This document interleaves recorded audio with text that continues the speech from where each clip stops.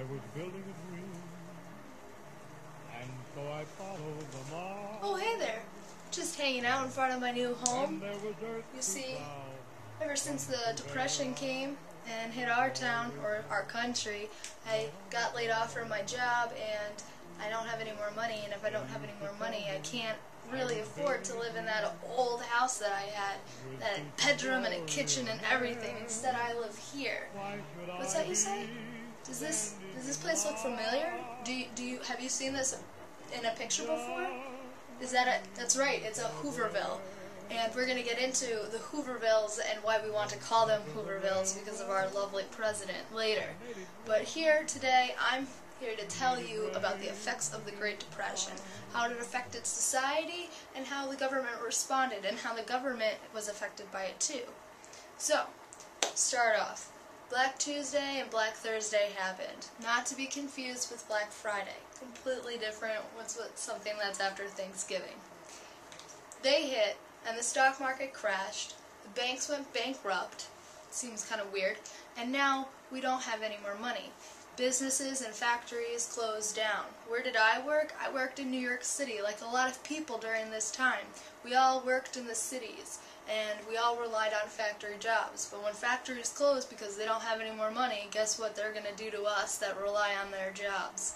They're going to shut us out. They're going to fire a bunch of people like myself and my friends, and they're going to either, if you kept your job, going to cut your money, and they're going to cut your work hours. So you can't really even afford to live off of what you make, forcing us to become homeless, jobless, and it's going to lower our country's standard of living. I mean, look at this. We went from living into a city, and now we're living in little shacks. So, the three things: unemployment, homeless, and lower standard of living. If I'm fired, I don't have a job. If I don't have a job, I don't have money. No money, sad face. No money also equals no house. No house means that I live in these little shanty towns. And shanty towns are these little towns people made where they built their new homes out of wood or steel, anything that they could find that was free, basically, and that was their shelter, and that is where they lived. Now you see, what else people did was they went and rode the rail. Riding the rail means, like, my husband and my child will go out and ride the train cars that went across the United States, so from New York to California or anywhere else across the West. And they're going to go and they're going to look for work. And they're going to use these little train cars as their new homes. So people are traveling across the United States looking for work, or they're living in these little shanty towns. And what is that going to do to the standard of living? If I went from a really, really nice house to a really, really gross house, the standard of living is going to drop. No one's going to have money to buy food. No one's going to have money to buy clothes. Have you ever heard your grandfather tell you on Christmas all he got was an orange? Well, my grandfather kept telling me that story. That was a reality. No money to buy food, no money to buy clothes. People aren't going to be able to go to school anymore. Education and literacy are going to drop. Crime is going to increase. If you're living in a really gross house and you can't afford to buy things, you're going to do desperate things in desperate times. People just doing little petty thieving. Healthcare is also going to drop. If you can't afford to go to the doctor, you're only going to go to the doctor if you think you're dying. You're not going to go to the doctor if you think you have a cold. All of this equals depression. So depression during the Great Depression, emotional depression.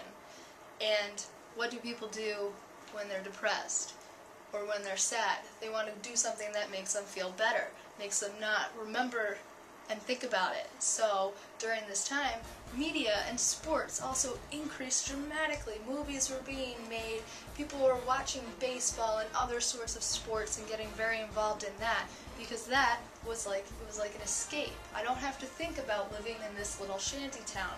I can go to the movies and watch Frankenstein and escape the reality of the Great Depression, escape my emotional depression during the actual depression. So, What is this that I'm holding? Is this a vacuum cleaner? Look closer. What kind of vacuum cleaner is it? Is it a Hoover vacuum cleaner? And which one of our presidents was president during the Great Depression? Was that Hoover? What do you think Hoover and a Hoover vacuum cleaner have in common besides their name? Well, what does a vacuum cleaner do? If you can guess what a vacuum cleaner does, you can guess what Hoover did during the Great Depression and during his presidency. President Hoover responded to the Depression, and he wanted to uplift the people, but he didn't really do it in a way that helped them. He said that the government wasn't responsible for, they shouldn't invest more money into this failing system, that the businesses were responsible to figure out and work with other businesses and within themselves to help their economic issue. The government wasn't going to increase spending or work with them. He also encouraged charities and nonprofits to go out and to help the homeless people or to help the people that needed food and were on the bread lines and were in the cold and living in the little shanty towns. So organizations like the YMCA and food banks all had those famous bread lines that you see in the textbooks, waiting to get their soup and their piece of bread. But the number of people that needed help and the number who were there to help was very, very different. And the number of people who needed help kept growing and growing and growing, and the number of people that could provide help was getting smaller and smaller and smaller. So, his do-nothing policy was not doing anything and not helping the people. And the American people were getting very, very angry. So one of the things that he decided to do was he created the PWP. And that hired people to build dams, to build roads, to build bridges, the Hoover Dam. He also created the RFC, the Reconstruction Finance Corporation. That gave money to the banks, to the railways, to the insurance companies, and that was to try and help them from going under and going bankrupt, to keep providing jobs for people. If they had money, they could spend money. But did that work very well? No. I still live in a Hooverville, and my response and other people's response to this lack of effort were they retaliated by calling their little shanty towns Hoovervilles. Or if you emptied your pockets out, and you know how you have those white little things in your pockets, that was called a Hoover flag. The bowl of soup at the bread line was Hoover soup. Things like that. People were angry, people were retaliating, and they were doing it by through this. Another thing that Hoover did during the presidency was he responded to the bonus army in a very not beneficial way, and a way that made, when the people realized what he did, they were very angry. Hoover responded, World War I veterans. World War I ended, and when they went away, they were promised that they would get a bonus, money in return. These are veterans fighting for their country. They come home, they find out that there is no bonus. We're in a Great Depression, there's no money. They want their bonus. They just fought for their country. What are they going to do? They're going to demand and protest for their money back. They marched all across the country to Washington and camped out for 2 months demanding their money, demanding their bonus, these veterans. How did Hoover respond? Hoover sent out tanks, he tear gassed them, he set some of the camps on fire in retaliation to break up the protest. And in the end, the veterans didn't get their money. The Supreme Court didn't rule, were afraid to spend money during the time of the Depression. So the veterans did not get their money. People are pissed. There's no money in the end for the veterans. People are still living in Hoovervilles, and Hoover hasn't done enough to help them. So now we have the re-election.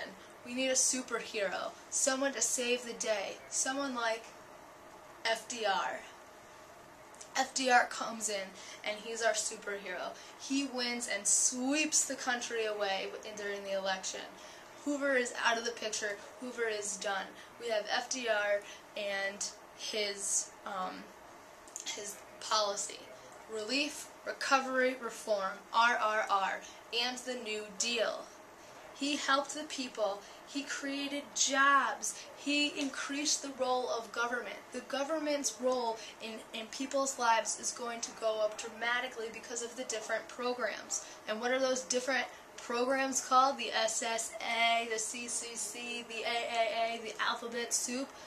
That's his New Deal package, this New Deal to help people get out of the depression. He's going to increase the role of government. He's going to increase job creation. People are going to get jobs, and what are they going to do when they get jobs? They're going to get money, and when they get money, they're going to spend money, invest money. It's going to go back, and it's going to help the country. So, some of the things that you should be aware of are the NRA. The NRA worked to end child labor and ended it created a minimum wage, and it also created maximum hours. Minimum wage, maximum hours, child labor, NRA. SSA. What do you always pay for when you're older? Who do you think is going to pay the bills? How are you going to when you're retired? That's where the SSA comes in, the Social Security Act. Old people, disabled people, if you hurt yourself and now you can't work anymore, or if you're unemployed, you get Social Security, which means that you get money coming back to you that's from the government. That's the money that sometimes comes out of your checks. So next week, we're going to deal with the New Deal and the effects of the New Deal. Now you know all you need to know about the effects of the Great Depression, and we'll see you next week.